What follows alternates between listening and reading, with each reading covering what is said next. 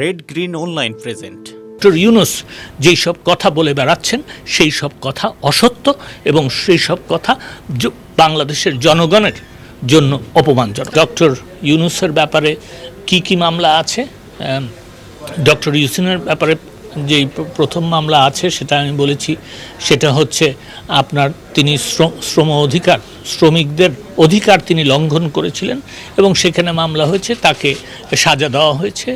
108টা শ্রমিক ব্যক্তিগতভাবে তার বিরুদ্ধে মামলা করেছেন এবং সেইখানে তারা বলেছেন, কয়েকজন বলেছেন যে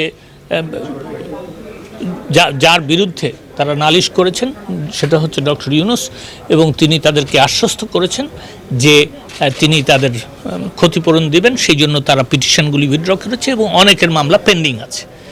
এবং তার বিরুদ্ধে অ্যান্টি করাপশন কমিশন একটা মামলা করেছে। সেই মামলার ব্যাপারে আমি বলেছি মামলাটা আদালতে চলমান, আদালতে যেই মামলা চলমান থাকে তার ব্যাপারে আইনমন্ত্রী কোনো কথা বলেন না। আমি সেই ব্যাপারটাও তাকে বলেছি। কিন্তু আমি যেই সব এবং আরেকটা বিষয় যেটা আমি বলেছি যে তার বিরুদ্ধে ট্যাক্স ইভেশনের মামলা আছে। সেই মামলায় একটা মামলায় তিনি আপিল বিভাগ পর্যন্ত গিয়ে হারার পরে ট্যাক্স দিয়েছেন এবং অন্যান্য মামলা যেগুলি আছে সেগুলি ট্যাক্স ইভেশনের। এবং আমি সেখানেও বলেছি যে ট্যাক্স ইভেশনের ব্যাপারে তাদের দেশ এবং অন্যান্য পশ্চিমা দেশ সেটাকে অত্যন্ত গুরুত্বপূর্ণ মামলা বলে মনে করে এবং ঠিক সেইভাবেই তার মামলা হচ্ছে। যদি দেশের যে কোনো নাগরিক দেশের আইন ভঙ্গ করে তার যেরকম বিচার হয় ডক্টর ইউনূসের ঠিক সেইভাবে বিচার হচ্ছে।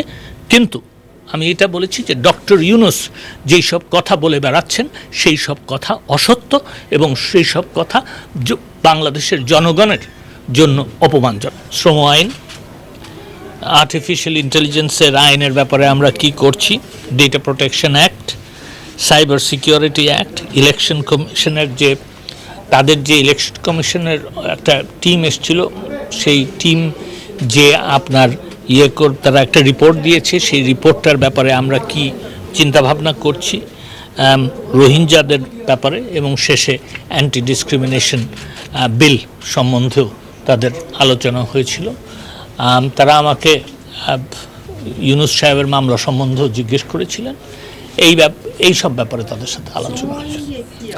শ্রম আইন নিয়ে যে আলোচনা হয়েছে সেটা হচ্ছে যে আমরা কবে এই শ্রম আইনটা পাশ করতে যাচ্ছি এবং সেটা সম্বন্ধে তারা একটু জানতে চেয়েছিলেন। এবং সেইখানে আমরা অবশ্যই আমি বলেছি যে আমাদের বিরুদ্ধে যে ইন্টারন্যাশনাল লেবার অর্গানাইজেশনের বোর্ড অফ যে আমাদের বিরুদ্ধে যে নালিশ করা হয়েছিল সেই নালিশটার শেষ আমরা চাই। এবং ওনারাও বলেছেন যে আমি বলেছি যে আমরা যথেষ্ট কাজ করেছি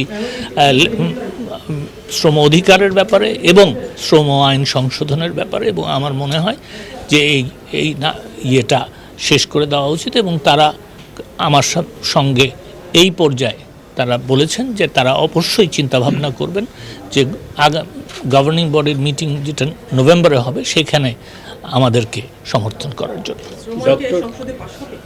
আমার মনে হয় না।